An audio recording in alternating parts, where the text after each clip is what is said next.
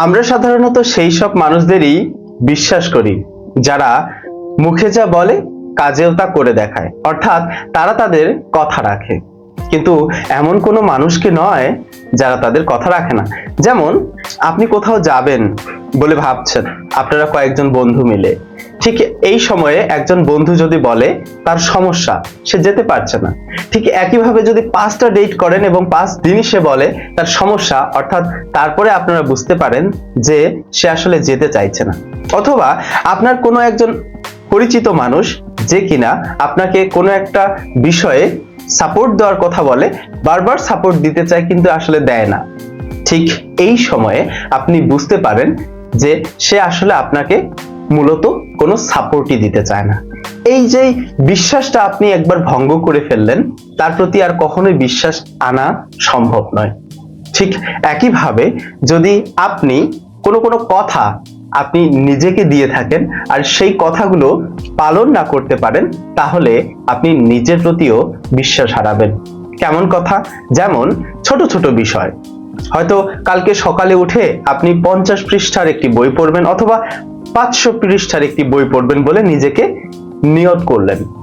এই যে প্রতিজ্ঞা করলেন আপনি আগের রাতে, কিন্তু তারপরের দিন আপনি রাখলেন না, অর্থাৎ 500 পৃষ্ঠা তো আপনার পক্ষে পড়া খুব কঠিন, কেননা আপনার অন্য কাজ আছে। ঠিক একইভাবে যদি আপনি এমন বলেন যে আপনি প্রত্যেকদিন ওয়ার্কআউট করবেন বা ব্যায়াম করবেন 2 ঘন্টা করে, আপনি এটাও হয়তো করতে পারবেন না। এইভাবে করে আপনি নিজেকে কথা দিয়ে, প্রতিজ্ঞা দিয়ে বন্ধনে আবদ্ধ করতে তো চান ঠিকই, কিন্তু নিজে নিজে এই কথাগুলো রাখেন না। ঠিক তারপরের দিন ঘুম থেকে দেরিতে ওঠেন, ব্যায়াম করাও হয় না, আবার ঠিকঠাক করে বইও 500 পৃষ্ঠা পড়া হয় না, দেখা যায় সোশ্যাল মিডিয়ায় সময় চলে যায়। তখন আপনি আপনার নিজের ব্রেইন বলে দেয় যে আচ্ছা ঠিক আছে, আজকে নয় কালকে করব। ঠিক একইভাবে আপনি কিন্তু নিজের মনকে, নিজের বিবেককে, নিজের মস্তিষ্ককে আপনি ঠকাচ্ছেন। সে বুঝে গেল ওকে আজকে না হোক আগামীকালকে হবে।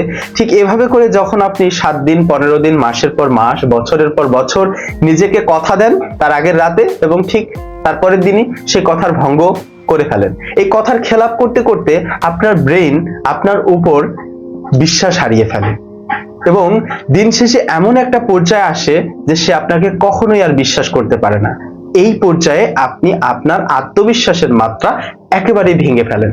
এই ভঙ্গুরতা আত্মবিশ্বাস নিয়ে তখন আপনি যে কোনো কাজ করতে চাইলেও আপনার ব্রেইন তখন আর সায় দেয় না। ঠিক এই বিষয়টাই আমাদের সাথে ঘটে। আর আপনি যদি এইখান থেকে পরিত্রাণ পেতে চান, তাহলে নিজেকে কখনো ঠকাবেন না, অর্থাৎ আপনি নিজেকে এমন কোনো কথা দেবেন না যেটা আপনি করতে পারছেন না।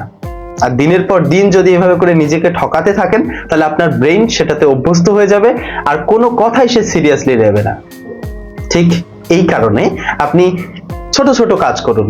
ধরেন 5 মিনিট ব্যায়াম করবেন, 10 পৃষ্ঠার বই পড়বেন, যেটা আপনার পক্ষে সম্ভব এমন কোনো টার্গেট নিন।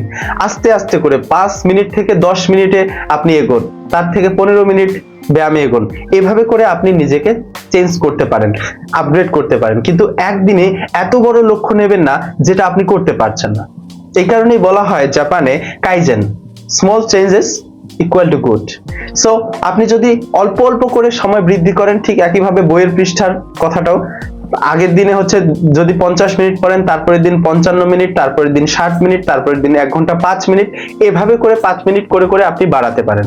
অর্থাৎ আপনি যেই পজিটিভিটি বা ভালো গুড হ্যাবিটস করতে চাচ্ছেন সেটাকেই অল্প অল্প করে আপনি এগোনো শুরু করুন।